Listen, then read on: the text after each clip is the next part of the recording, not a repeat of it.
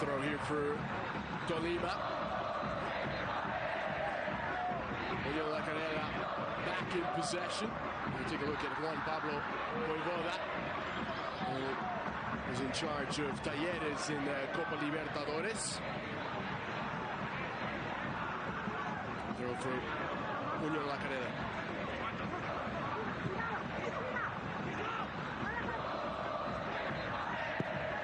One back by Tolima.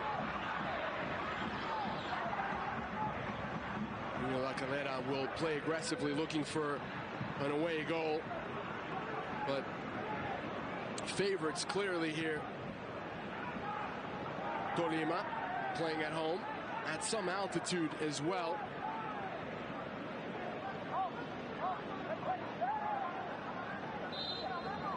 That was very strong from Andre Quiñones. He was asking the referee for the foul.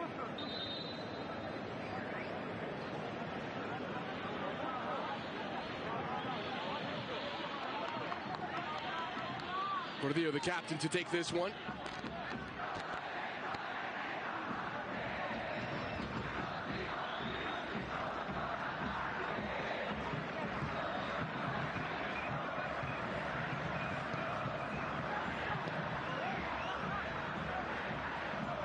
Ball one back by Unión La Calera, trying to attack on the counter. That was Campas trying to win possession back. Aggressive from the Chileans now as they go on the attack. That's good work from Castellani. Scored against Fluminense. Across, and that's easily picked out by Álvaro Montero.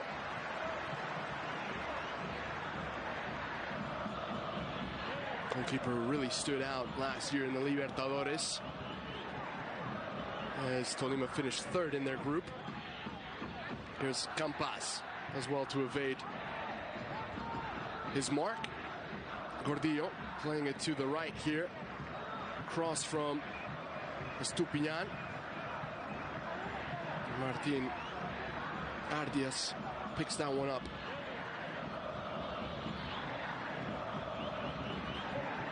Wimberg back to his goalkeeper. Booted upwards by Martín.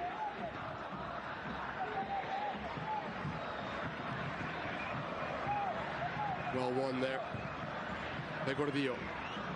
And that ball just a little bit too long for Valencia to catch up with it. Here's the man, Hernan Torres, second stint in charge of Deportes Tolima. Castellano with a throw.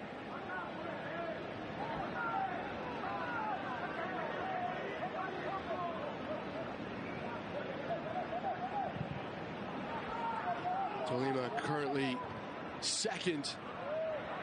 first in the standings in Colombia, just 3 games away from making it to the Liguilla, the playoffs. That's good work on the left-hand side by Tolima. The cross is cut out, but that is poorly dealt with.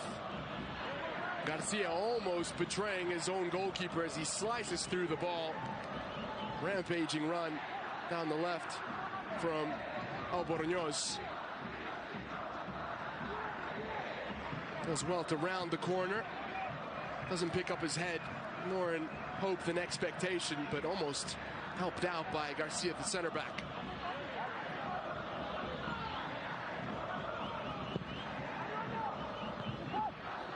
Leyva wins it in the air. Tolima maintained possession. Chased down by Castellani.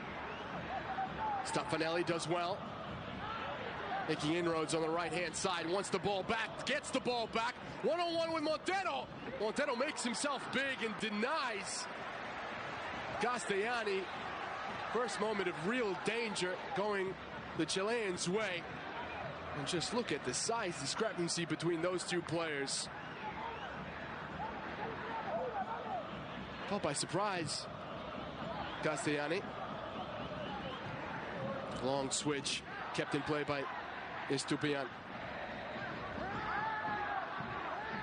I'll send you back to your Match commentators. Banguero. Now we're starting to get a bit more fireworks. Tolima looking to answer down that left side once more. Cutting back inside. Has a man at the top of the 18. Brings it back in. Has to. Estupiñán had to protect that ball. Didn't want to lose possession. Ends up losing it anyway. As it was...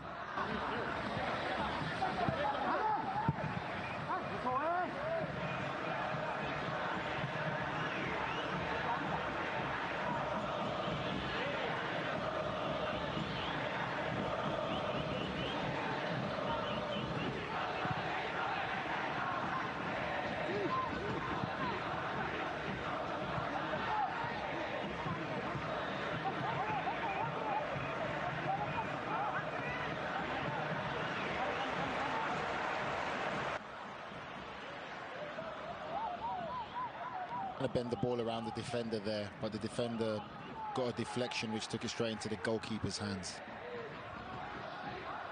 It's been quite open this first 7 minutes into the game. Going down was Nilson Castrillon. So hope it continues this way. It's been a rather, again, you can see right here how the defense is standing, and the great run. Whoop.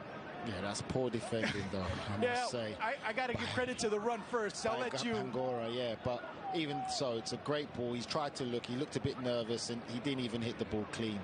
You know, I just think there, again, it's one of those ones where the goal doesn't move. You have a quick look, you pick your spot and work on your technique. And he kind of hit the ball into the ground, which made it also easier. But credit to Montero, great save by him. Montero played during World Cup qualifiers, played against Venezuela. Second match, it was Camilo Vargas, a man from Atlas in Mexico. The draw against Chile, the 2-2 draw, great performance by both goalkeepers, as a matter of fact, and it gave a bit of a reprieve to Carlos Queiroz, as many have criticized, not necessarily him, but the lack of competition that there was for the starting goalkeeper job of the national team, especially with David Ospina now going on nearly 11 years as the starting goalkeeper for the Colombian national team. That's a long time to keep a shirt, 11 years. Mind you, he's just 31, almost 32 years of age, so shows you the continuity as we're already reaching the 10th minute of play. The cross into the area, the header, the great save! Yeah, I sympathize with your thoughts, Nigel. Tremendous save by Arias. What a tremendous save, but take nothing from it. That is a fantastic header by Estupiñán. What a header. Fantastic leap, great direction and power, yeah. And what a save. Great one-handed save. Great reaction by the goalkeeper. Look at that right there. That is great. And that's why we had him as one of our profile players, one of the players to watch in this encounter, Estupiñán.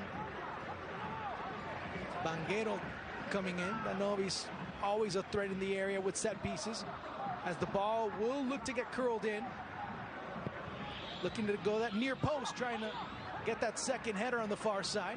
Not going to happen, but recovered nicely there by Felipe Simo, former U de Chile man. Castellani loses it. Tolima pressuring. And on the opposite direction, it'll be La Calera trying to get out of their own half of the pitch, just struggling and being able to at least trudge forward. It'll be a foul in favor of the Chileans, and it's a highly contested match. 0-0 on the score sheet, 0-0 on aggregate. And I mean, there's 11 minutes in, but it slowly becomes one of these encounters where next goal could possibly win.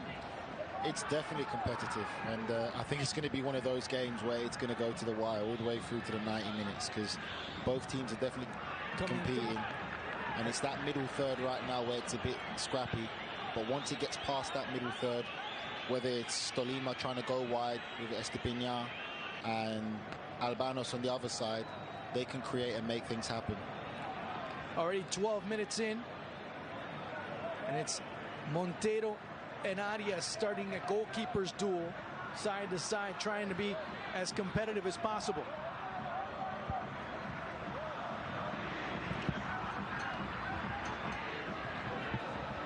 Yes, definitely. It's very competitive right now. It's a game that's still kind of very open, and it'll be very interesting just to see how this game continues.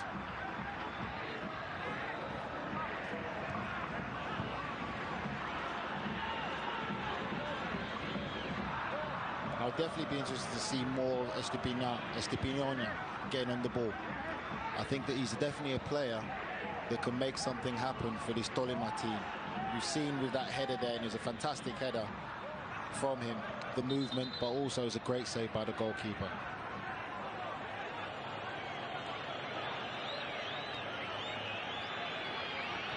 As we have Seymour there from maybe no.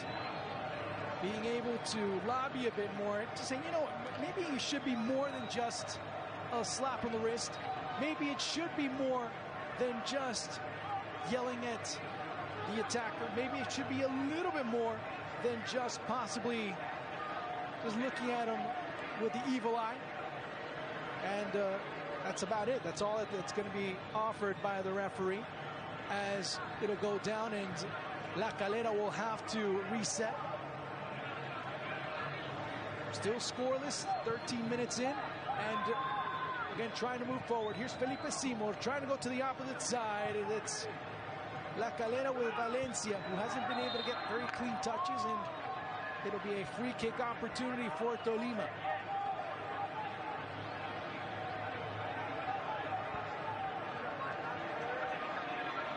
Vilches, as he just gets body checked off the ball, and there's going to be a good free kick opportunity coming up. See right there in the next few minutes, Nigel, how things have changed and how things need to be adjusted a little bit more by both sides, as Voivoda. Yeah, for sure. It'll be definitely interesting to see. I think from managers' perspective and coaches, you'd be happy. You know, you'd have to expect this of what's at stake, you know, making the next round of this competition and how vital and important it is. You know, this is it. This is the moments where you have to stand up and be counted. Looking to swing that ball in. Missing the target, but still, you start to see a lot of problems for La Calera to be able to create the necessary chances, the necessary spaces to get Vilches a bit more activated, to get him a little bit more involved in the match. Stefanelli right there. So as time goes by, and I know I say this with the necessity of understanding that we're just 15 minutes in, that Tolima have been the more dangerous side. Yeah, I think also with Tolima, they kind of have the luxury of being able to play that counter-attacking football with the pace that they possess. And that's the thing where, you know, that's another kind of tactics you could use. It's not something you probably would want to use in the second leg, knowing the fact that you're the home team, and encourage your players to be very defensively minded and sit tight. But you mentioned that it was one of the first things that stood out for you when you saw the starting lineup and a bit of an idea of how they were going to line up. You're like, hey, it looks a bit defensive, doesn't it? It does look a bit defensive, but the way they're approaching it hasn't been bad. It hasn't been too defensively minded, so to speak. But again, it's like something you always say when some football teams should really play to their strengths. And if you've got players who've got a lot of pace and ability wide, try and get them the ball in isolated situations one-on-one.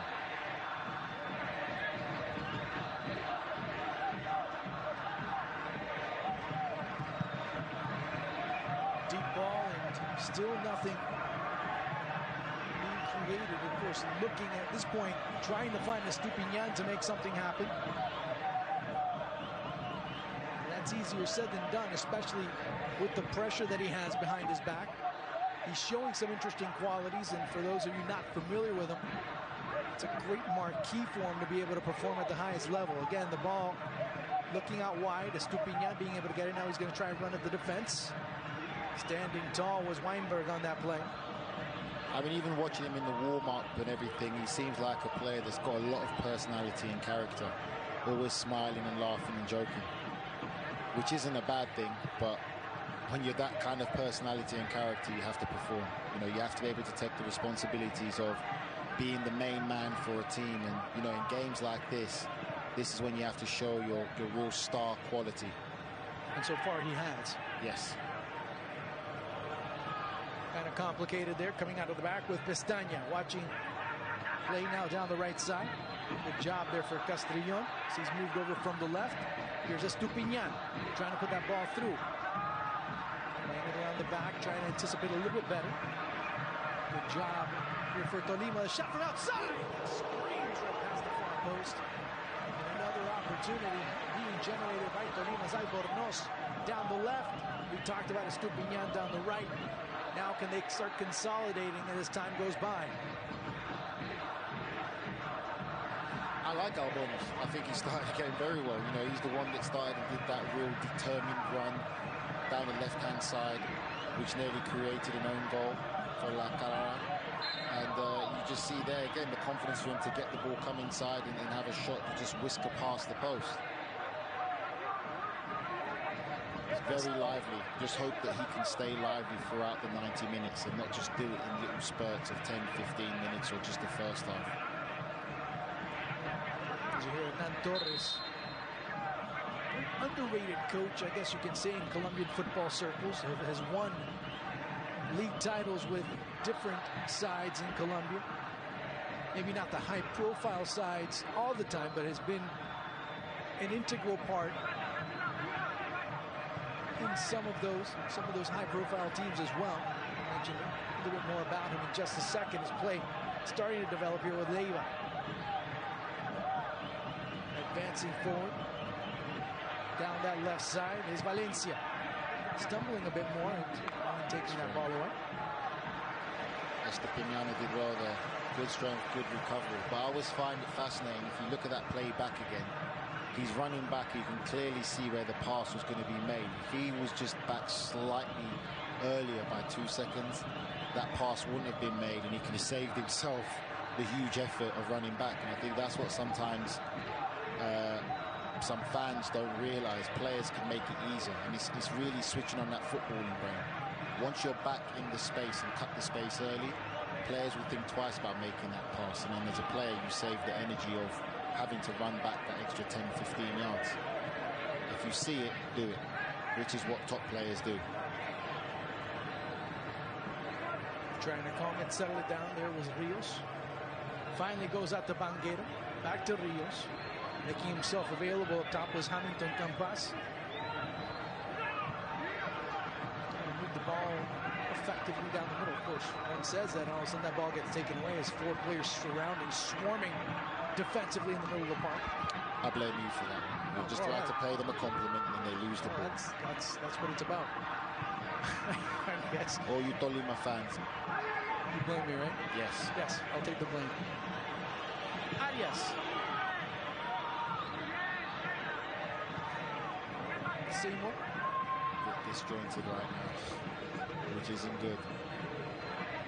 Seymour just has to wait. Yeah, they're defending as individuals. You can see as La Calera passing the ball around in the midfield, very comfortable. They're not pressing together. They're going in 1 and 2, which isn't always a good thing. That's not bad. They're setting up there to win it. Back La Calera and finally getting fouled, and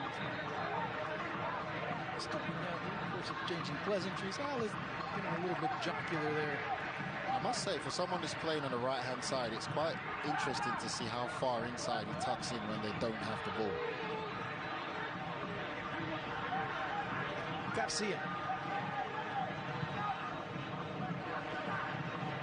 Leiva looking for Valencia. There by Castrillon. Coming in, and Montero gets clipped from behind, and he felt it. Let's see if he's okay. I'll tell you something that I find quite interesting with La Calera there. You can see that Tolima are playing 3 at the back. And La Calera obviously they're playing a 4-4-2. Why would they not just put the ball down the side?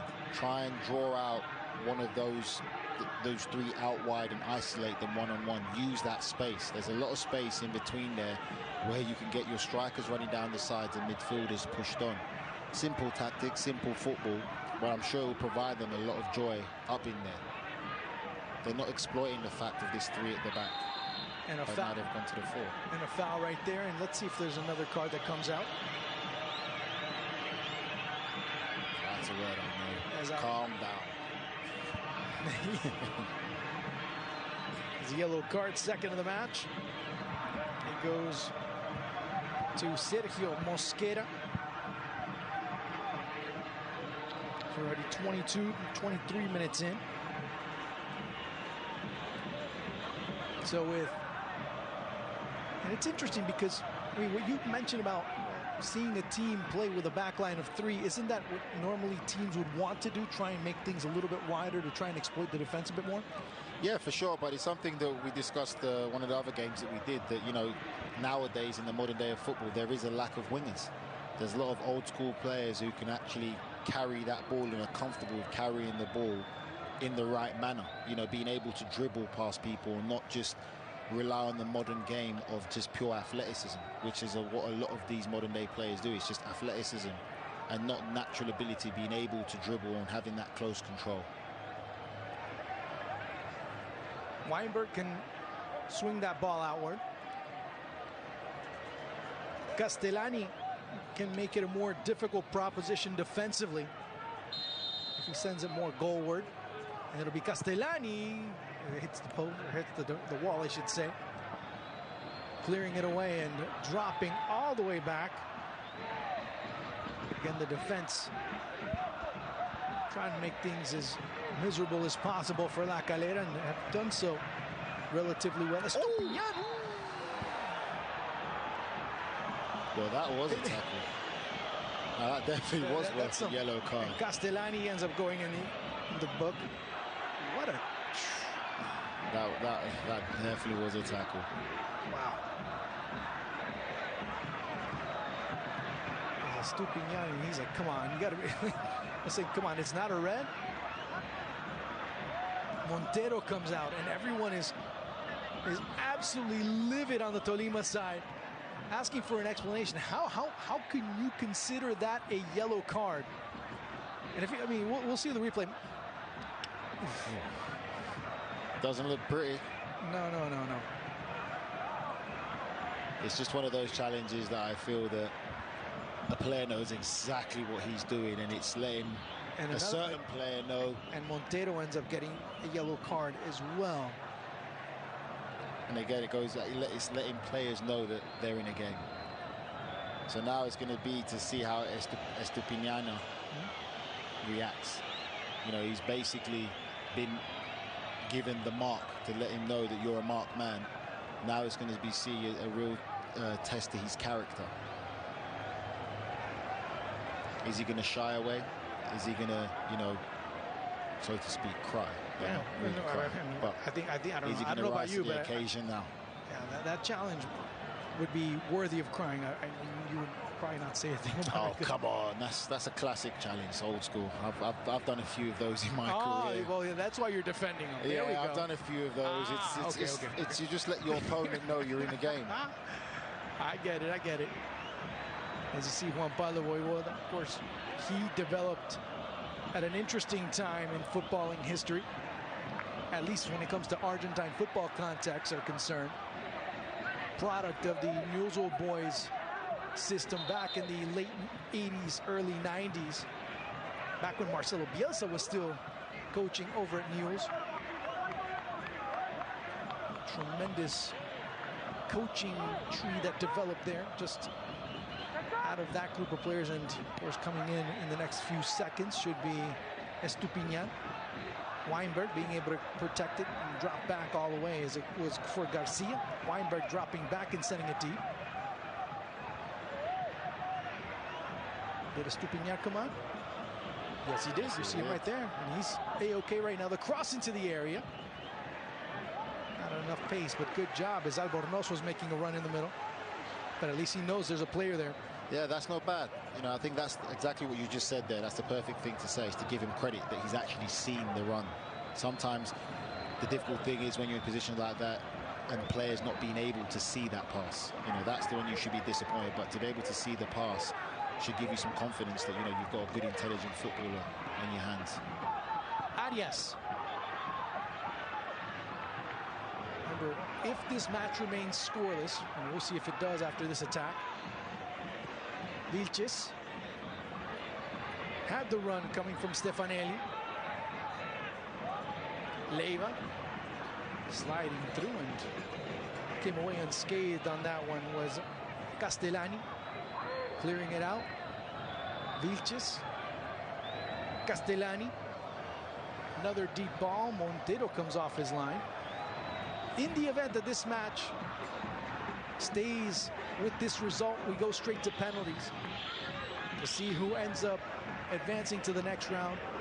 The draw will happen in a couple of weeks' time to decide who ends up playing in the round of 16.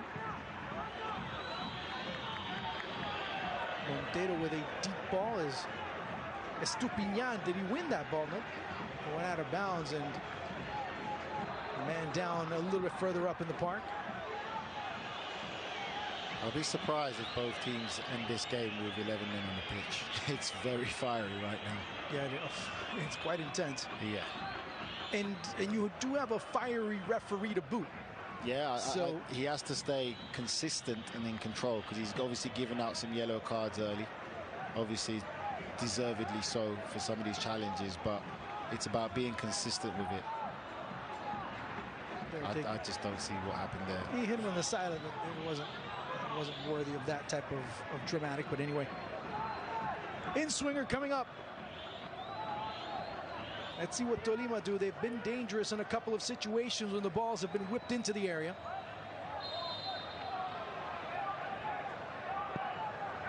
Campas punched away by Arias. Albornoz. Campas again serving it in, diving in, trying to make the effort was Estupiñán, who was lurking around top of the area, trying to defend. And was there a foul? No, get up. You saw how emphatic referee Augusto Aragon was. He said, nah, get up. I don't want none of that nonsense here. With all the noise that's going on right now, you'd think there might be 2,000 fans in the stadium. Albornoz, all the way back, Campas. Rios. Banguero. Pestaña. Castrillón.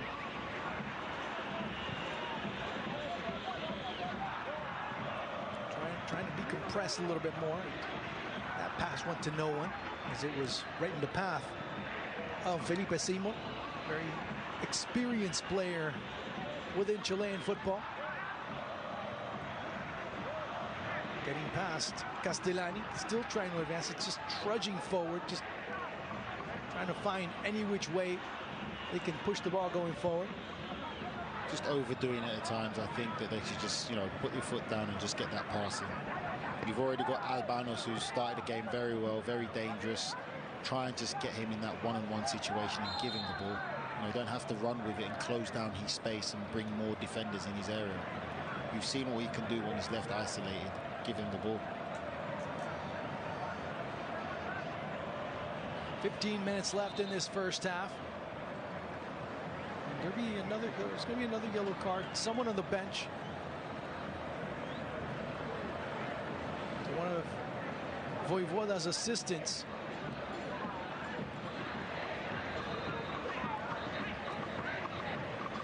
See right there, of course. We already have 5 yellow cards in the match. Who's that one for? One of the assistants. For the assistants? Yeah.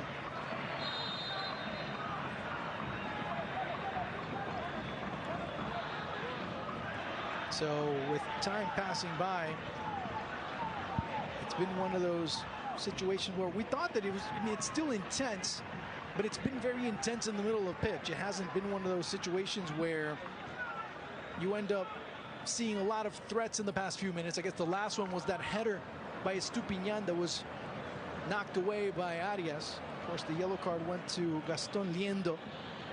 Yeah, it's been battles of the goalkeepers right now, because both goalkeepers have pulled out very big, vital saves, especially in a game of this magnitude. And you're completely right. I'll probably still say Tolima have probably had the better control of the ball. but I feel it's in the wrong areas, and it's always been that midfield area that's been probably the battleground. I think the pitch also plays a part, like you said. I don't know if the heavy rain has made the pitch and the humidity very watery, but yeah, it's been quite. That's another yellow card. This time for Rodriguez, but again, this one, I mean, you saw that one from a mile away. At 33, that's number 6 now, and we've only played 32 minutes. And you can see the replay here. Watch this. I think the whole time though he's really paying attention. Yeah, the body language was a bit of a swing towards the end. I was going to try and defend him, but there's no defending him there. No. I mean, he doesn't cause any damage, obviously, but like you said, the body language and the intent, how he swung at him, ends up giving it away. But I don't understand why he just doesn't put the stiff arm. He doesn't need to swing his hand. He can just have a very strong arm, hold him off by his chest, and be on that side on to try and win the header.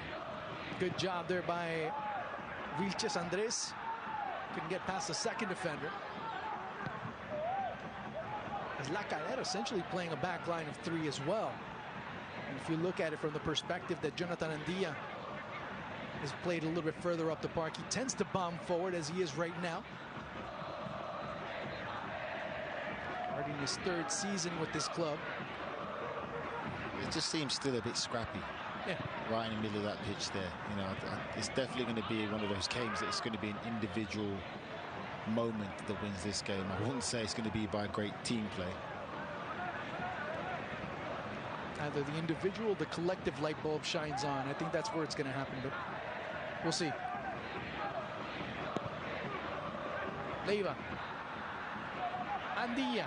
He gets more active in the match. The cross into the area. Montero gives Tolima that much more security. A team, as I mentioned before, has had a great run of form in the domestic league and is fighting currently for one of the top spots. Beat the current leader of the Colombian League in Deportivo Cali, who's also in the Copa Sudamericana. That's a great claim there by Montero. You know, he's a big lad. And when you have a goalkeeper that big and of that kind of stature, you definitely would like him to command his box and come in. And nothing's worse than having a goalkeeper so big and such a presence, and crosses are coming in and he's still staying in his on the goalkeeping line and not coming to command. That's like defending with 9. Yeah. Final 10 minutes of the first half, as both teams have tended to lose their respective protagonists. You see right there, Hernan Torres won a league title with America, actually in the 2nd division. Helped America get out of the doldrums of the 2nd, and you see right there another yellow card. No, I think that was one from earlier. Yeah, well, that was the first one. I mean, boy, you know, if there was a second one, he wouldn't be in the middle of the pitch right now. Yeah, that's where I had my doubts. I'm like, wait a second, ooh, nice play there. Yeah, I would have had my doubts if I'm like, what is he still doing on the pitch? I'm not sure if he would be doing a grand pole there for. Have to throw that reference in. Weinberg. All the way back to Garcia. Santiago. Christian Vilches. Seymour, who loses the ball. You have 4 players for Tolima, and all of a sudden you start to see a bit more spark, especially down that left side. Good job at cutting in by Albornoz. Has 2 men. Here's the chance. Oh, cut back outside. The chance to go for Tolima. Off the rebound, and a well-deserved prize for Tolima to be able to get the lead. What a great play. Hamilton Campas is able to seal the deal. A great individual effort. And Nigel, you talked about it. It had to be great team play to break open this match. It happened exactly at this moment, but start looking at all the pieces that came together. Nothing than what they deserve. And again, it's that man, Albornoz, where he's just so determined, run down that wing and driven with a purpose, cut the ball back to Campos, and a deflected shot to get into the goal. But still, take nothing away. Great bit of skill at the edge of the box there, but it's in the back of the net, and it's what they deserved. But you make your own luck too. You make your own luck, and again, it's like we said, it's just simple football. You can see here from early on in the game, this guy can make an impact. It was just his natural ability to run with the ball. They couldn't deal with it. Very forceful, drove down that wing, cut the ball back, great bit of it over. Campos came on, great bit of skill, sold it to the defender, has a shot and it's deflected in. But they're 1-0 up, and it's what they deserved. So again, now it's very, well, we're not going to have penalties now, because obviously if this remains, Tolima advances. If La Calera are able to equalize and keep the result, then they would be the ones that advance on away goals. Obviously there's still a lot of time, but those are the scenarios now. Penalties are out, are pretty much off the table at this stage. We'll see how La Calera look to respond. Again, it's great that Tolima have taken the lead. You know, they definitely deserved it. And again, it's what we discussed earlier about the threat that they've got out wide and the players and the quality that they have. They still need to get another goal. You know, again, it's the managers and the coaches on the sideline should keep encouraging them. We need another goal. Don't sit and be comfortable to think we're 1-0 up. We've got the job done. Because if La Calera get an equaliser, hit them on the counter-attack, it's a different scenario. You're under more in the different type of pressure. For Campas, it's his first in Copa Sudamericana, his third in international play, I guess. And here's a big mistake. Will they capitalize? No, they can't. So close. Had 2 goals in Copa Libertadores, has 4 in domestic play, so gives you a good idea of how good a run of form Campas has had. Then, of course, one of the young players, a 20-year-old from Ibagué, from nearby, actually from Ibagué. So see right there the foul, and La Calera looking to answer back. You think that Estupinho was lucky there? He's a very lucky man. Yeah, very lucky man. Yeah. I think that was worthy of a yellow card. Yeah. I'm starting to run out of space here as far as yellow cards are concerned. But I would play up and over with you for the yellow cards, but you know what? I would have taken the over a long time ago. But that's just me. I like to take my bet safe. Cross inside. Had a man on the far side. That was, of course, Esteban Valencia. The cross there by Gonzalo Castellani, who switched sides with Valencia. Garcia. Weinberg. Yeah, Move it down towards the right on Diaz by himself. That's where Garcia ends up finding him. Brought down is on Diaz. Looks like Estupinho has switched sides with Albonza. How's the pronunciation coming on today? It's coming out nice. The R's are starting to roll a little bit more. That's what I see. I noticed. Practicing. Yeah. To our worldwide listeners. And of course, worldwide listeners, glad to have you on board. As you see right there, how the play developed. Picking up from his half there. Just driving with a purpose, knowing and trusting his ability, knocks it inside and just uses his pace and strength. Again, over, great bit of skill. Tried to set himself up to go in the far corner, but the deflection helped. Right there in the back of the net. Open himself, you can see it. Defenders trying to defend with their lives, and the deflection just wrong-footed the keeper, went into the net. But it's what they deserved. You know, overall, if you look at the play, they've been playing really well. At times very risky, but La Calera haven't capitalized on the fact of they're playing 3 at the back. You know, they haven't really utilized the 2 men they've got up front. Now, when was the last time we actually saw La Calera even be a threat? Yeah. It's that 1v1. It's just that 1v1. But again, goals change games. If they're taking that opportunity first in the game and being 1-0 up, we'll be seeing a complete different game play out.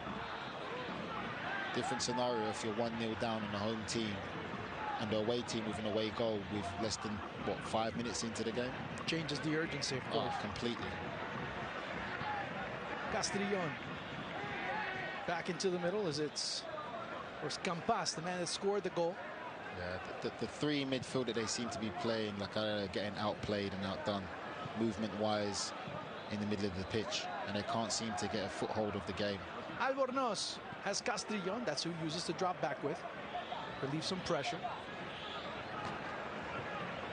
Took a bit of time for Albornoz to come back and position himself, and that's why the ball ends up going all the way back where it was. Could have been a different situation if he had dropped back quicker. And you see how there's certain sectors where you see the partnerships really brewing very well for Tolima. No foul. Pushing forward to see they can get past that first line of defense, which they do. Stefanelli, Castellani, Leiva, charging forward is, and the ball coming through as Valencia was waiting for that ball and he wasn't able to get to it. Albornoz, Campas. Was it Albornoz that went down? Yeah, a little bit off the ball incident there. I think Albornoz tried to run off and he got stiff arm, so to speak. You're not going anywhere on. Tolima just wanting to be patient to try and control a bit more. So they can strike and be able to get an opportunity. It's all that much better. Yeah, you do want them to be patient, but again, you don't want them to get comfortable. That's the dangerous thing with football and messages that you put out there to players on the pitch. Keep it simple. Keep the emphasis on we have to win this game. We need another goal. Campas. The defense was caught watching, and they weren't taking into account that Campas was waiting for that ball. And even someone said, oh, they're offside. Well, that's a bit difficult to do, especially off a throw-in. Yeah. Because he was all alone by himself, and they just looked at the ball and just go over their heads.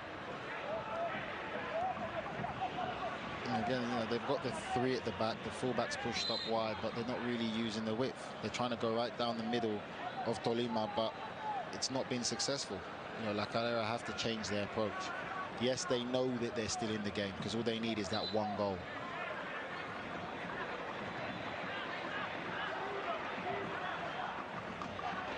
Final 90 seconds, plus whatever time is added on by referee Augusto Aragon. I just wanted to add on as well. We had mentioned at the beginning of the broadcast, Monica Amboya. Also, Amboya was the first female assistant to take part in the Copa Sudamericana. So Sudamericana and the Copa Libertadores have had some history in terms of refereeing. The ball sent into the area. She was part of the refereeing crew in the match between Millonarios and Deportivo Cali last week. Ball drops back all the way to Arias. We get into the final seconds before stoppage time comes into effect. He's here. Hernando Estupiñán, come back. Estupiñán, go. There's always that one player that coaches always call. They call their name all the time. For better or for worse. Yep. Your thoughts so far this first half? Of course, we talk about how scrappy and everything else. What other factors have come into play? It's been scrappy in the middle third for sure.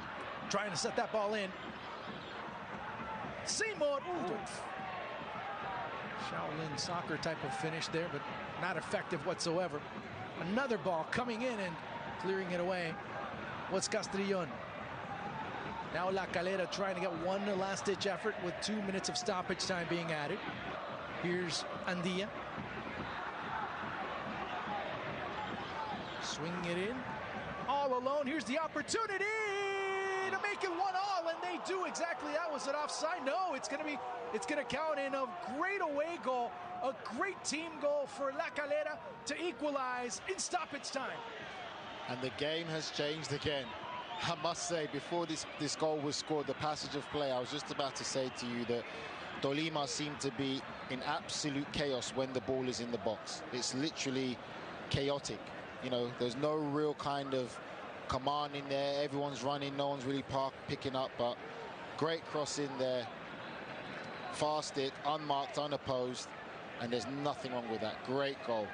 It's one of those situations where the fullback finds himself with two players to cover. Yes, his body wasn't open. Yeah. And again, maybe Albonza should have been back there in deeper helping. I think he was maybe too far. Well, he definitely was too far forward. He was too far forward. He should have been back there helping. And Castrillon was kind of put off from winning the header. And the ball's gone in behind him. Yeah, it's one to of the unopposed fullback. Yeah, and it's one of those two things that either you don't commit and let the player head in front of you, or you commit and let the ball end up going to the player that's all by himself. Yeah, I think that the biggest thing there is body shape. He's just too square on facing the ball. And as a defender, you've always got to be half cocked, as we call it, half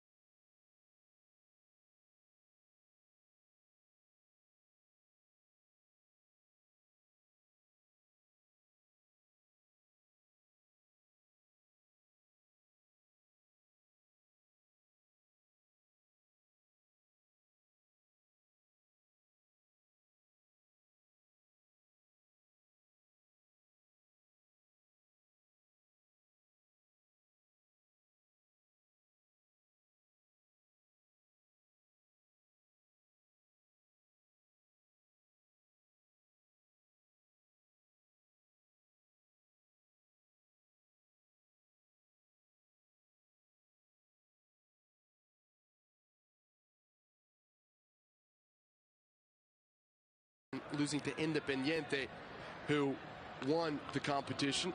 The second time they lost to a future champion or eventual champion. In 2006, they lost to Pachuca. Well, time to send you for your match commentary.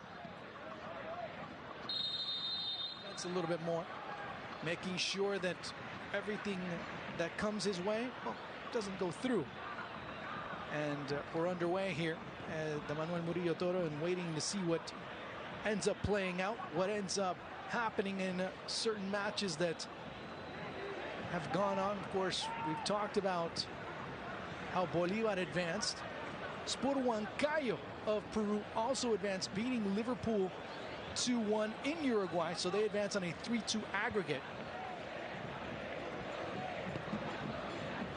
Even if they would have lost that match, they would have advanced based on away goals as well. So we already have two teams that have advanced. We'll see how match number 3 ends up bringing us qualified team number 3. So far, one change, as the Costa Rican is able to at least try and get a chance to win that ball. Doesn't, but Tolima trying to control, get a little bit more movement on the ball. The Estupiñán down the right side, going back to his original configuration. Hernan Torres trying to split it through 3 defenders was Campas. La Calera controlling it with relative ease, I guess you could say. Just booted deep. No complications, and just making sure that it goes out of bounds safely without any type of problem so far. It'll be right back to Montero. It's always vital and important in the second half, especially in the first 15 minutes, not to concede a goal. So it'll be interesting again now with the second half starting and what's at stake, how tight these teams keep it.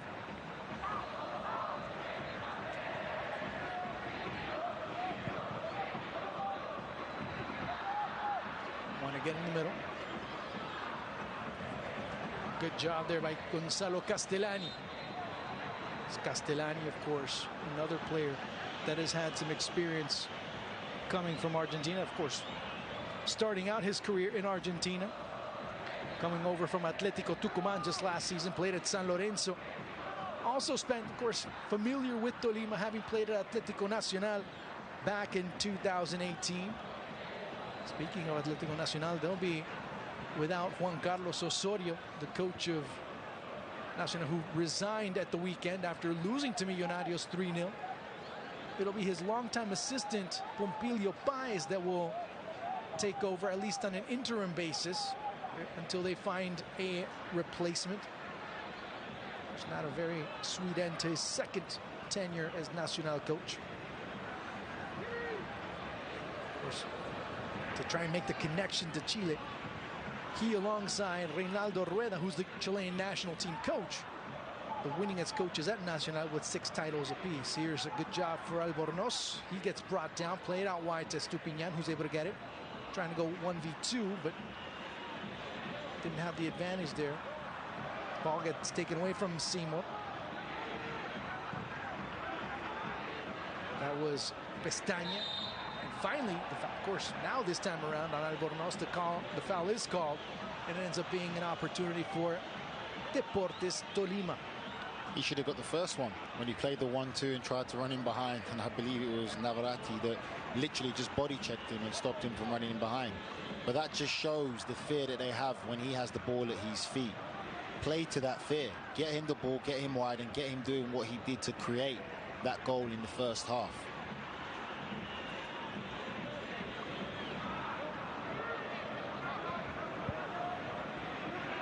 Already 4 minutes in, we have some heavy hitters.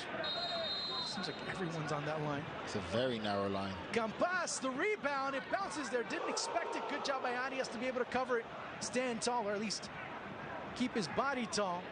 And here's the counter coming up. Here's a Stefanelli poking it forward for Rodriguez, but a little bit too far for him.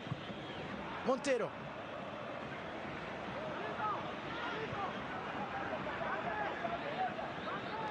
Even though he's such a threat, I still don't understand why Albornoz is playing in so narrow. You know, it's interesting how they work their formation while both of their most dangerous players come in so narrow when they don't have the ball, instead of using the width. And they've been most dangerous when they're wide. Yeah. That would be an interesting question to ask in the press conference.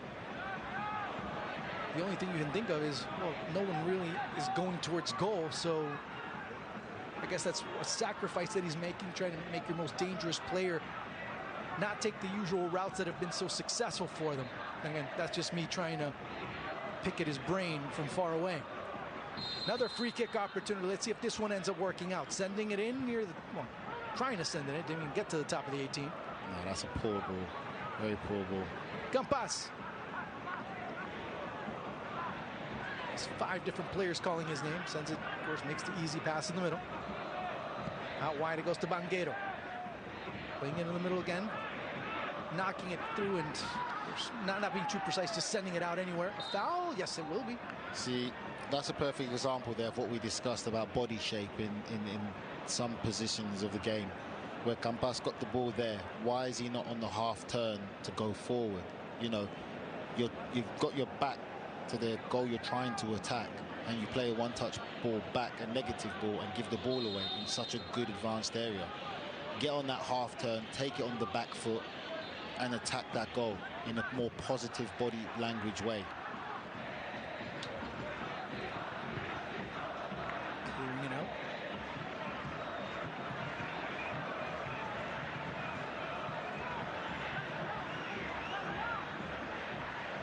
Banguero.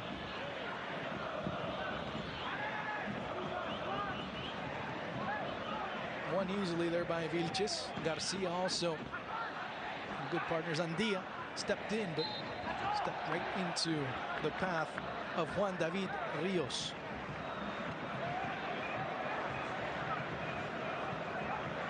So far, it's been Tolima wanting to be the protagonist, be the one that presses the issue a bit more. But so far, it's not been too effective as Unión La Calera have been able to close down certain avenues. Now trying to go out wide and not being able to find the spaces. There's another foul being said. And you see Voivoda getting off his bench once again, pacing back and forth. Yeah, there was a little bit of disagreements going on the bench off camera there. We saw when the ball went in there and the Tolima player went to get the ball for throwing.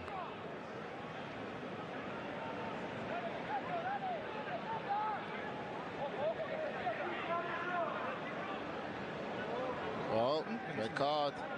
And Hernan Torres gets sent off. Or one of the assistants for Hernan Torres gets sent off. Yeah, something happened when the ball went into the bench.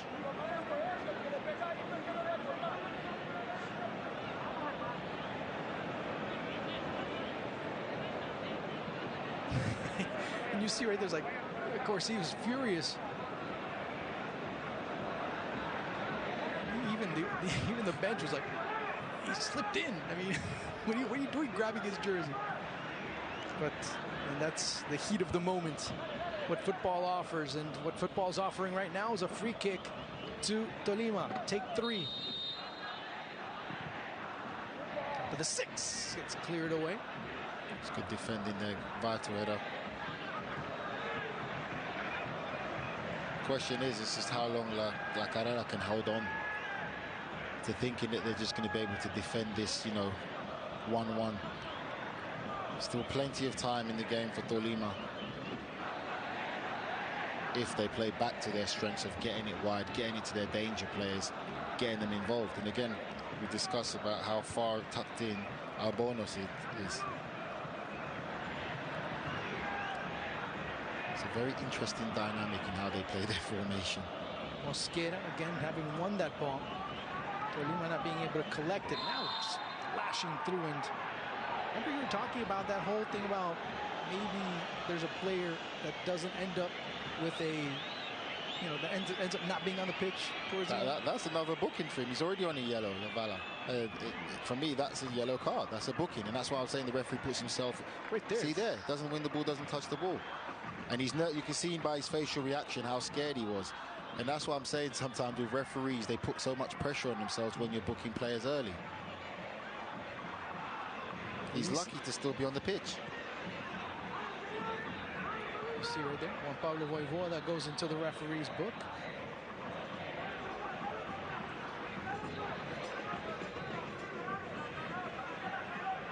There was someone else that was sent off. I'm not exactly sure who it was, but it looked like it was one of the assistants for Hernan Torres.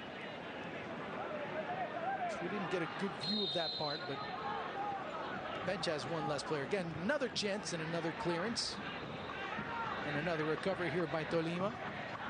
And the shot that goes just wide. It looked like for a second it was go over. He just took that last second dip forward, but still was wide of the intended target. Wasn't a bad effort. No, not at all.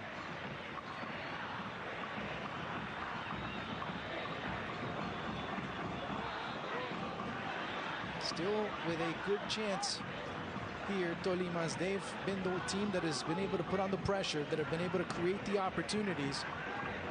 Maybe not cashed in on all of them, but still, it's early in this second half. There's still chances to be able to do something of importance. Can they do it? That's another question. Yeah. That's the big question. How long are they able to keep this pressure going?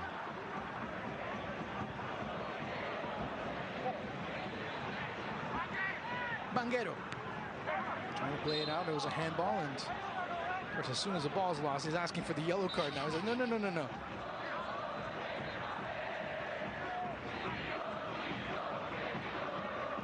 You already can see La Calera trying to slow down the game, a bit of time wasting there.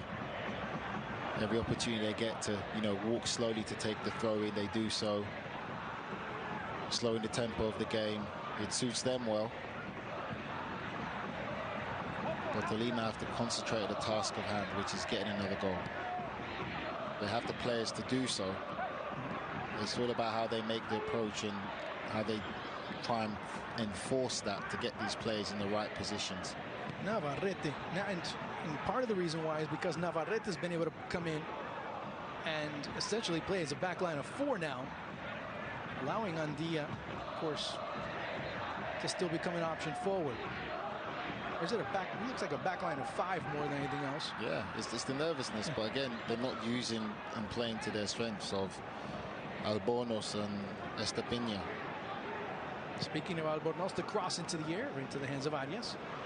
It is, it's always a question of semantics, especially when you have a fullback playing that far up, if you want to include him in that back line. But you can say it's a back line of 5, essentially. Yeah, they're basically just trying to shut up shop, trying to be defensively hard to beat. As Andia loses the ball, sweeping it back inside. Looks like a bit of a replica of how the game was let out in the chance. It goes wide. This time, Campas being able to pull the strings just outside the 18, and unbelievable how Estupiñán misses that ball on the far side. Could have made it 2-1. And again, I've said that before.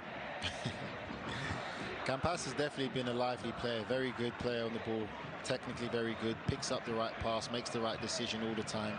Great ball there, great technique, but just need to get it on target. Yeah. As a substitution coming on, short bench for Tolima. It'll be Daniel Cataño coming on and Estupiñán coming off.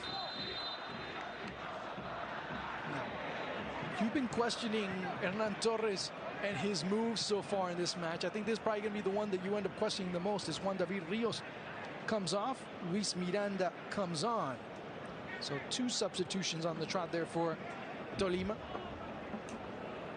It will be interesting to see how these 2 players affect the team shape and positioning and approach for the game now. What their game plan's going to be. Very surprised he took Estupiñán off. So we'll see how things play out in these next few minutes. There's a chance in the ball that goes just wide. We head into the final 30 minutes, and maybe not yet, but maybe, just maybe, a little bit of that desperation becoming a factor, starting to settle in just a little bit, as you've lost some of the sharpness. If you're Tolima, you've seen that team kind of lose their precision a little bit more in the last few touches. Here's Campas. Nice through ball, but covered nicely by Christian Vilches. Diaz just sends that ball out anywhere. Goes into the shrubbery. Maybe they bring that bit of extra quality in the final third to make that pass, to see that pass. But if you're going to make moves, these are the times you have to, you have to make the right don't wait moves. until the 87th minute. I mean, no, it's so difficult. These players have to kind of catch up with the match speed, which is something that's very difficult to do.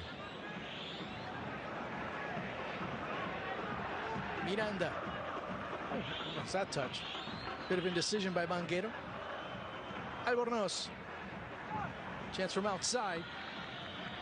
Someone just trying to be a hero there and wanting to score the goal of the year. There's just no other way to put it. Sure.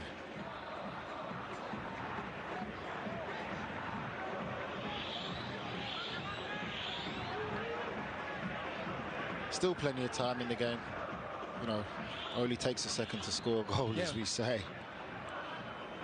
But again, for La Calera, you're worried about them because they haven't really made any kind of aggressive move to score a goal this half. It's how long can you play that negative and be so defensively minded? You're worried the game will catch up to them. Yeah, I mean, you don't want to be putting the match in the deepest part of the freezer at 61 minutes. I mean, that's a long Calvary you don't want to endure. Yeah, to defend for 90 minutes is very difficult. Yeah. I've been in games like that where you're very defensively minded, and it's only a matter of time. The less you have possession of the ball, the more likely you're going to give the ball away when you win it back. Another foul and another ball that's lost is Andres Vilches.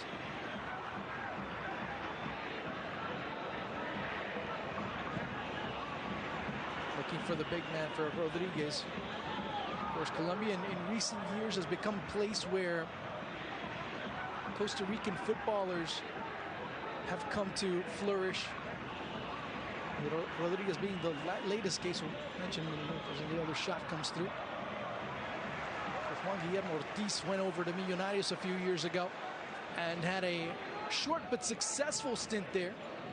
She was part of the Costa Rican national team at one point, played at DC United for a short bit in the United States, and more importantly, was one of the leading goal scorers for Liga Deportiva Alajuelense while he was there. And Millonarios was one of the leading goal scorers just a couple of years ago. Of course, Francisco Rodriguez trying to do the same thing as well here in Colombia. As another deep ball.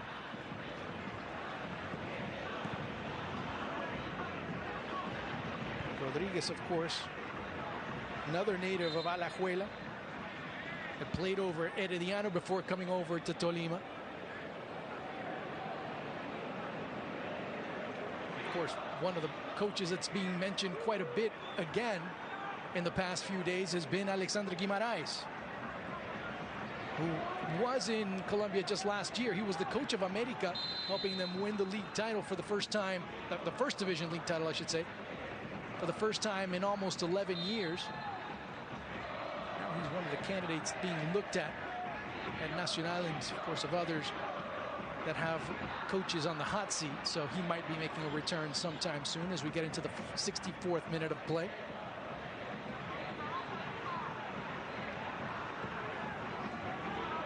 Montero there trying to keep his team calm. Using experience, saying, we've still got plenty of time to win this game. I think it's the confidence of knowing that La Calera haven't really caused any problems for him. He hasn't had to be called into action. They only caused problems twice in the first half. Yeah. And the second one was all they needed to be able to make things very complicated for Tolima as they charge across the middle of the park. It was Cataño anticipating dropping back on Dia to recover and bring it back into the middle. Albanos there, you can see, is just starting to, the effect of the game starting to get to him there. And that's something that always have to pay attention to when you have such explosive players who are so quick on the ball that, fatigue can set in a lot more quicker because of just how their body is just made up. Yeah, it's just bodies just start breaking down after minutes, especially with the match of this intensity. Yeah, different muscle composition as well. But there, he's just getting just to pull off wide.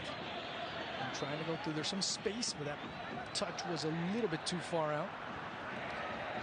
Guilty of doing too much there, you think? Just a little bit. Gambas. It seems like with the substitutions that have come through, it seems like he's seen, or he perceives that he needs to do a little bit more, and we're starting to see it a bit. Yeah, he's impressed me, I must say. He's impressed me this whole game because he's been involved in quite a lot of the positive things that have happened in the game.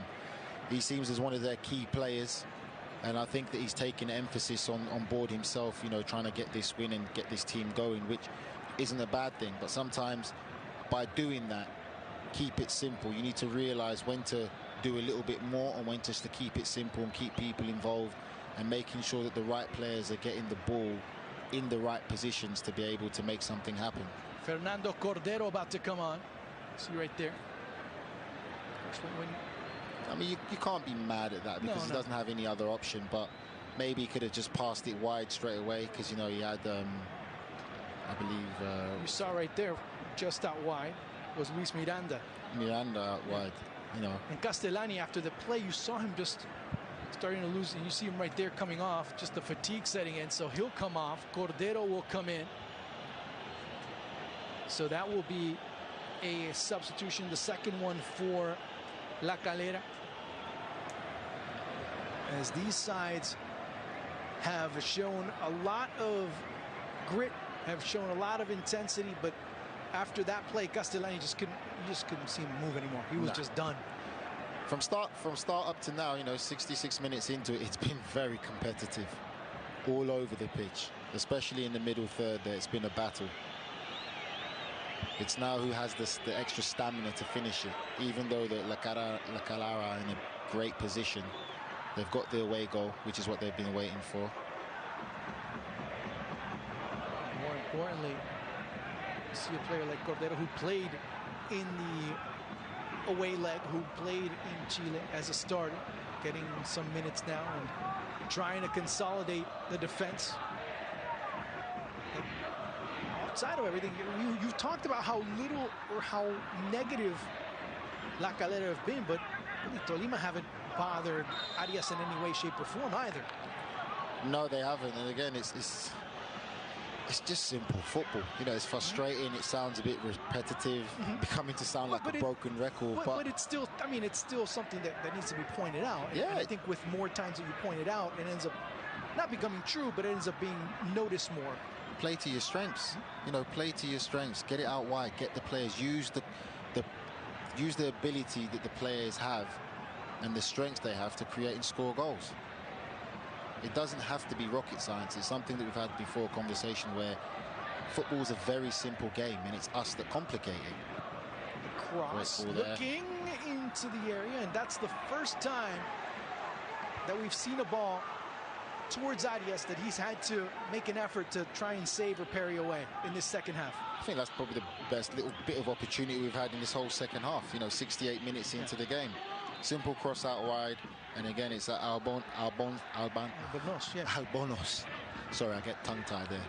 Albonos, again, climbing up, using his physical presence. He looks like a very tall lad there. Can cause problems in the air, as well as cause problems running with the ball. And again, you'd think, get it out wide. There's space right out wide there. Banguero. Switch the play. Quickly. One touch. Switch the play. Cataño. It took too long. Too many touches, too many passes. You know, you've closed down the space that you had up there. Campas. Cataño. Cataño, as we get into the 69th, now 70th minute of play. A little bit too short on that ball, and that leads to a counterattack, or a potential counterattack, as Andia goes down. It'll give some breathing room and also some time to get a breather for La Calera as we get into the final 20 minutes. Desperation beginning to set in. How do we find it? What do we do? How do we get there? All the questions are being asked by the home side right now. Just have to keep doing what they're doing. You know, they ain't doing anything too bad. I think that They've probably gone away from their main strengths, but you'd still give them the slight edge over La Calera, but they definitely still need to make something happen soon. They do need to change the speed at which they attack. It seems very predictable the way and the tempo in which they go forward. Yeah, you've hit the nail on the head there. I think the tempo is just a bit too slow. Where La Calera have got a defensively mindset team, and it's easy for them to move side to side and cover the spaces. And that's the problem right now. They can't get the spaces, and they're not using the width well enough. Great ball. Here's a ball for Albornoz. If he sets it in, it could be offside. Just offside.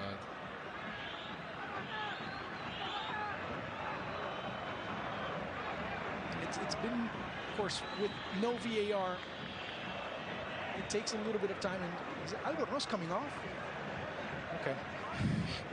Well, Anderson Plata coming on. Now you have a player coming in, Plata, that does offer you some pace down the wing. Does he offer the technical skill that you have with Albornoz? Maybe not, but you do have the pace, so I guess. See, sometimes I think we question managers and coaches in decisions that they make, but the other part of football, what people have to understand and see is this. These managers and coaches see these players on a daily basis. Every day in the training ground. They know how these players trained yesterday, the day before the game, 2 days ago, so we'll see. Good job by Miranda. Castrillon. Rodriguez. Swinging it in, but there's that matchup. No way is Plata going to win that one. See, that's the decision making there for me. Why would you even put a ball in the box there when you've got Plata that looks like he's 5'4" against two 6-foot-something defenders? A little bit taller than I am. Just a little, not too much. 5'5" and a half. A half inch. Oh. Here's a good chance coming into the area, and Arias will come and get it. Hey, every half inch counts.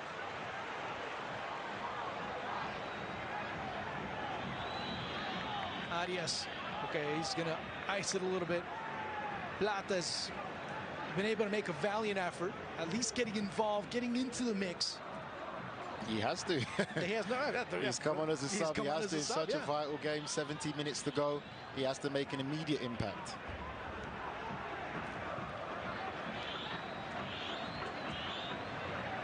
Banguero, 72-15 and counting. It's time slowly ticking away for Tolima. Their hopes slowly beginning to evaporate. Cataño. Again, moving it, knocking it to and fro in that middle third. Trying to find another chance, and again, the two taller defenders for La Calera, and there'll be a foul.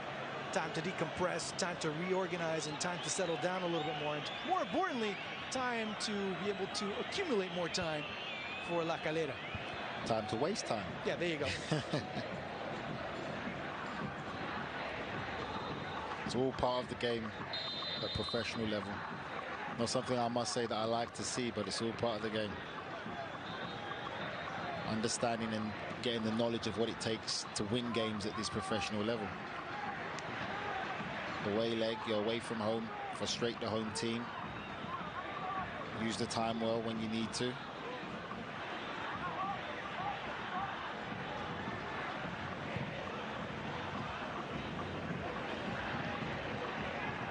Weinberg there just making sure. But ever since we've seen the insertion of Navarrete, we've seen that La Calera have been able to control a bit more, especially the runs from the wings. You see right there the replay of the previous opportunities. Felipe Seymour ends up complaining. Rocking back and winning it. Banguero. Cataño.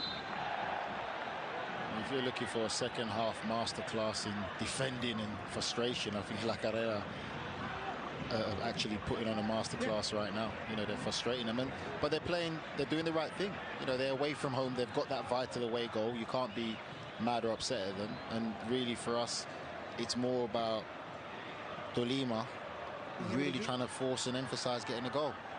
Could this be it? The chance, the shot that gets deflected. Was there a handball? There was a couple of complaints for another chance. And Arias could not keep it in.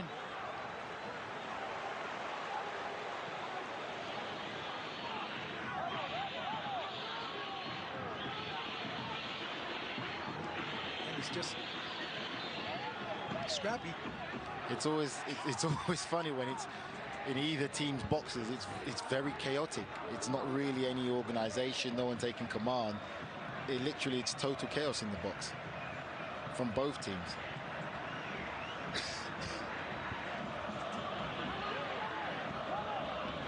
How's this ball going to come in?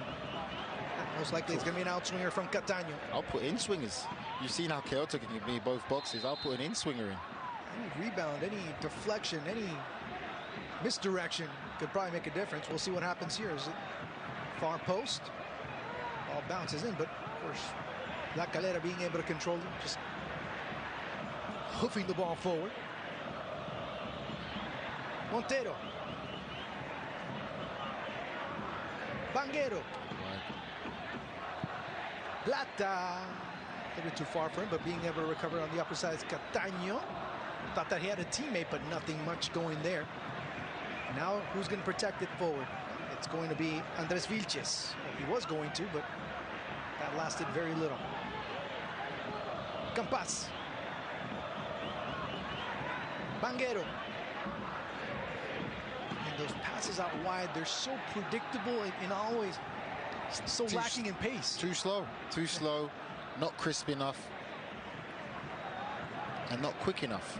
You're not going to create any real chances by just giving such labored passes. It has to be quicker and sharper. Especially for La Calera, since they've been defending for so long. I'm sure they're getting tired and fatigued. But you need to keep moving them, and you need to move them with pace. Right now, all they're doing is filling spaces, which is so easy to do if you're defending. That's why Tomas Rodriguez is coming on, or Thomas Rodriguez. Thomas?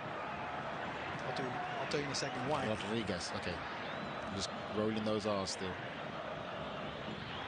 Knocked forward and sent right back.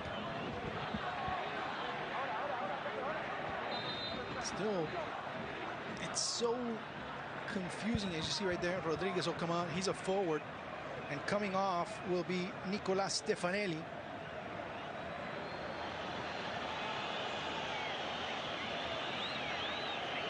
Tomas Rodriguez, of course, coming in, and of course many who have followed Argentine football or followed the Argentine national team for the past 25, 30 years are well aware of his father, Leo Rodriguez, who was part of the Argentine side that won Copa America back in 1991, also was part of the team that won in 1993, part of the pool during World Cup qualifying play in 1994. Tremendous side. You start hearing just rolling the names off. Batistuta, Balbo, Goicoechea, Ruggeri towards the end of his career, Maradona towards the end of his career. Of course, that was more 94 than anything else. Well, that's a name you said to me that I'm familiar with, or remember watching as a young kid, who made me fall in love with Florentina, the team, obviously, is the legendary Batistuta. What a player he was. You start seeing who was on that side, and it was just amazing. And as you see right there, the foul that was committed.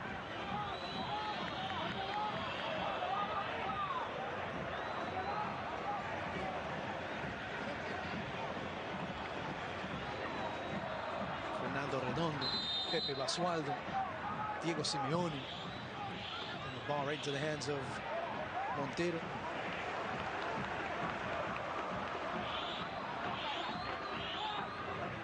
At that time in his career, Leo Rodriguez was playing for Atalanta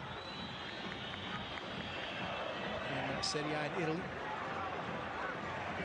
But Tomas would, a couple of years later, would be born when Leo Rodriguez ends up playing in Chile. So then again, that ends up being the reason why he's a Chilean citizen.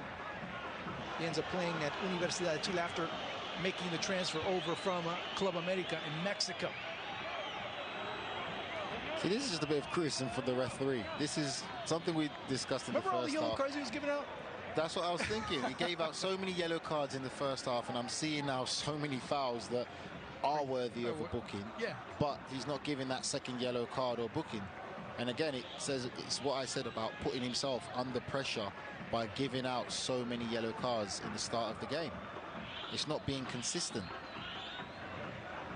So yeah, so all of a sudden something's yellow card worthy, and you have to think twice about giving it, and then all of a sudden, wait a second, you start getting into a bit of a rabbit hole yourself as a referee. So we'll see. And this also helps because, well, it takes some time off, and it gets Tolima to get a little bit colder, losing that edge, losing that rhythm that they might want to acquire, or have already acquired to a certain extent.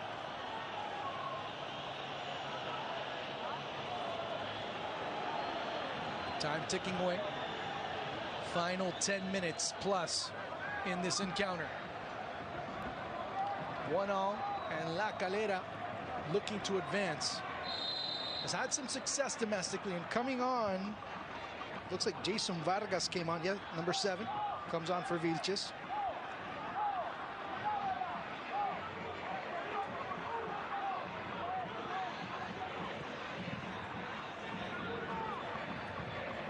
So that's, according to my calculations, that's number 4. Ball sent into the middle and nobody there. Bounces right out wide to Castrillon, who wanted to charge. We haven't mentioned his name at all in the second half, Castrillon. No, he hasn't been adventurous at all. But again, there's times when he's been higher up the pitch, but, you know, Tolima are very guilty of just slow play. Here's La Calera anticipating a chance from outside, looking put a nail in this proverbial coffin and missing badly. At least the effort was there. Yeah.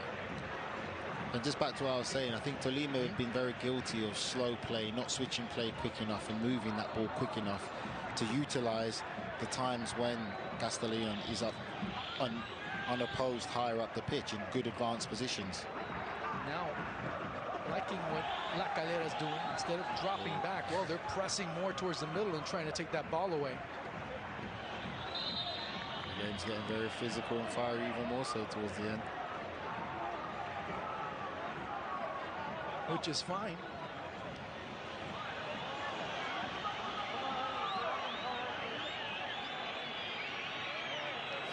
Getting his knee there, Leo.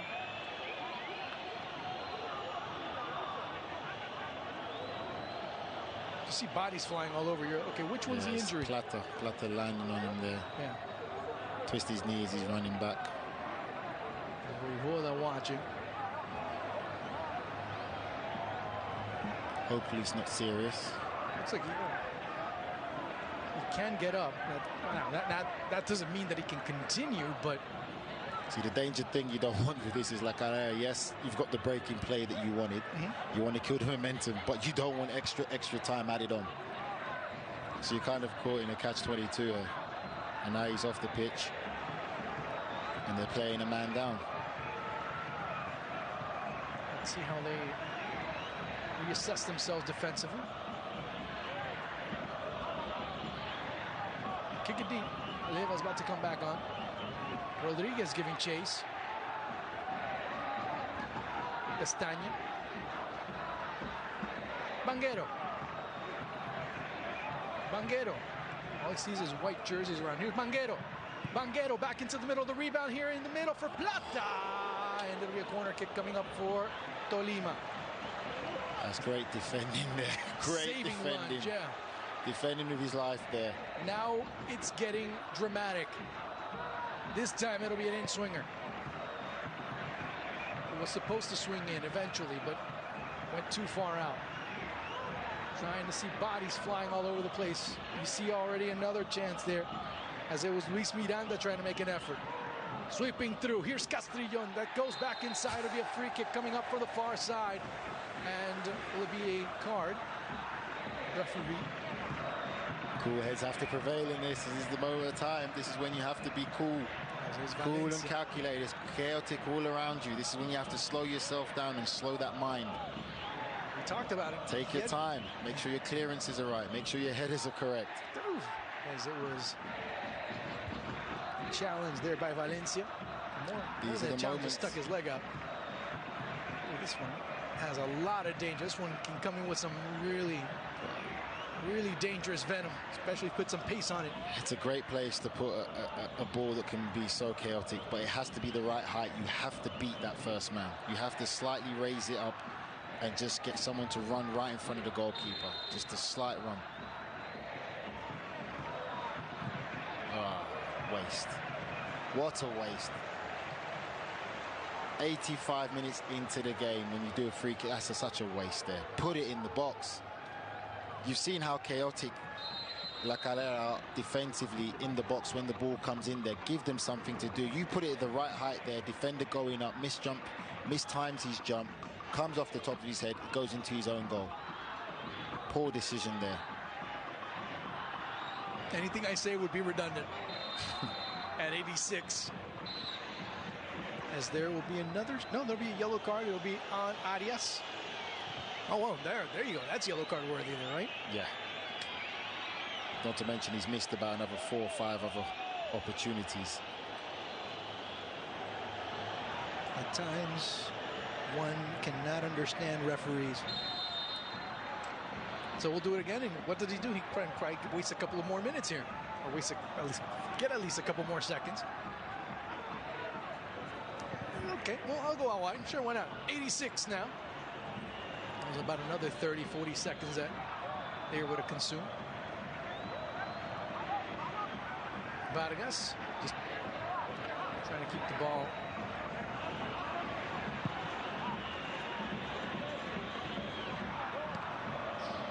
Turned around. They're so dangerously reaches. Was able to recover at the last second. At least it bounced for him. Looking for Tomas Rodriguez. Castaña. Campas, who's dropping back and staying back. Here's a good opportunity. Promising from Plata. It's unlucky there. Good little bit of play there. Campas making things happen. Great through ball. Mosquera. Handball. Shoulder ball. Maybe. Well, I guess the referee was saying it was within, of course, the new rules, how or the definition of a handball. Chance from outside. It'll be a corner kick. Semantics. The pressure's building on La Calera. Yep. The question is, how much more longer can they hold? Can they hold to see this game all the way through to get the win on the vital away goal rule? That's the big question. Will they be able to do it? Or will the pressure become too much? It's easy to say right now, next goal wins. Whoever scores it. Takes you back to your school days. Next goal wins. Yes. Not so much. Here's Montero. You see how urgent it is. Coming through. It'll be a goal kick.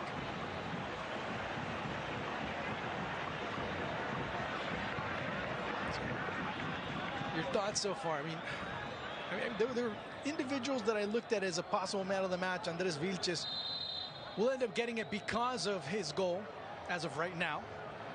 Yeah. But there's many that you could have considered for that.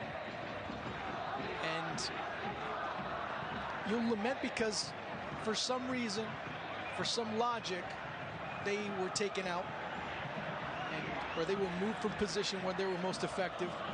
There's a lot of question marks that you can ask, especially in Hernan Torres' case. Having a lead and then all of a sudden shifting his pieces a bit more. We'll see. Castrillon. Corner kick coming up. Yeah, it's one of those ones where Tolima, you would still say, have been the more aggressive team, the better team, creating, well, apart from this second half, just the team that's more likely looks like they could score. Rodriguez just getting rid of it, but still elegantly. Here's a chance from outside. It bounces all over.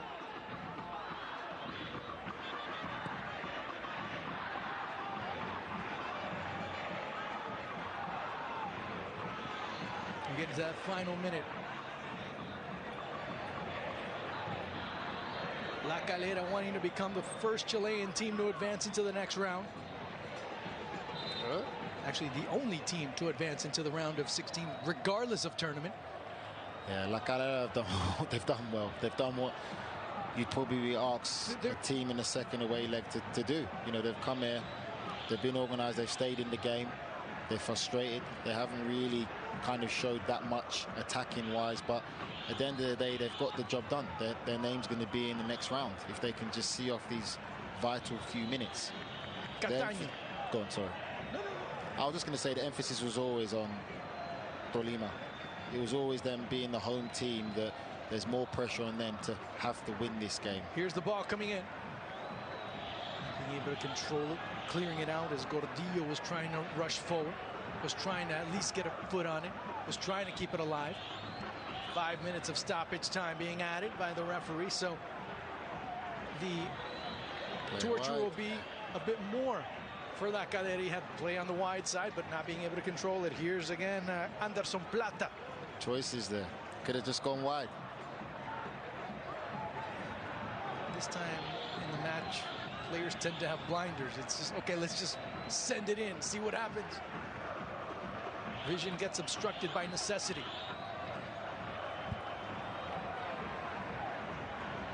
Had a man out wide, but didn't see the oncoming defender. There was Vargas. Sending it in one more time, but nobody's there. Deflected, keeping Tolima's hopes ever so slightly alive. Mosquera. Campas. Castrillon is just... The sky's falling and they're walking the dog. Here's a chance from outside. It hits the post and out. Did it indeed have to be this much suffering for Tolima? I think it's a goal kick. Yeah, it looked like it went off the post. Let's see. I didn't see any deflection from the shot. No. Right there. It's the outside of the post.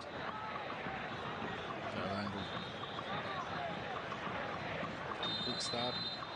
Oh, yes. And how close you are from glory, how close you are from suffering. That's how you can pretty much write it out in terms of when a ball hits the post or when a ball ends up just going in one direction or the other. Castrillon. They still haven't. They haven't really been good enough this second half. No. Really, if you look at it, for chances created and really pushing the play and the pressure on La Calera. They weren't good, especially with the onus being on them. No. Banguero. Too many touches at times. Not enough touches in others. Yeah. Too many players trying to run with the ball in the wrong times. I had a man out wide, wanted to dribble it, ends up losing it. Cataño. Pestaña. And just sending it into the box, seeing what rebound goes their way. Is it one? Nope. Nobody goes to it because indecisiveness, the ball just bouncing anywhere. And that always ends up helping out the defense. Yep. It's just a probably lackluster second half performance by them, not moving the ball quick enough, sharp enough. Like now? And again, then it's that final third, that final little bit of pass that's needed. They didn't do it properly. Montero. First half, they were doing a lot better. Castrillon. Just hoof it forward. Another cross, another deflection, the chance to shot, the save again by Arias, but offside. What a save. Even though it's offside, it was a vital and a big save by the goalkeeper. Oh, a big save. Two of the same type of saves that were made by Arias. This one, of course, is not going to count. Yeah, right it's definitely offside, just lazy staying in there. But it's a great save by the goalkeeper still. And a great call by Monica Mboya on that far side. Just half a body leaning off as we're in the final minute. Cramps kicking in. Of course.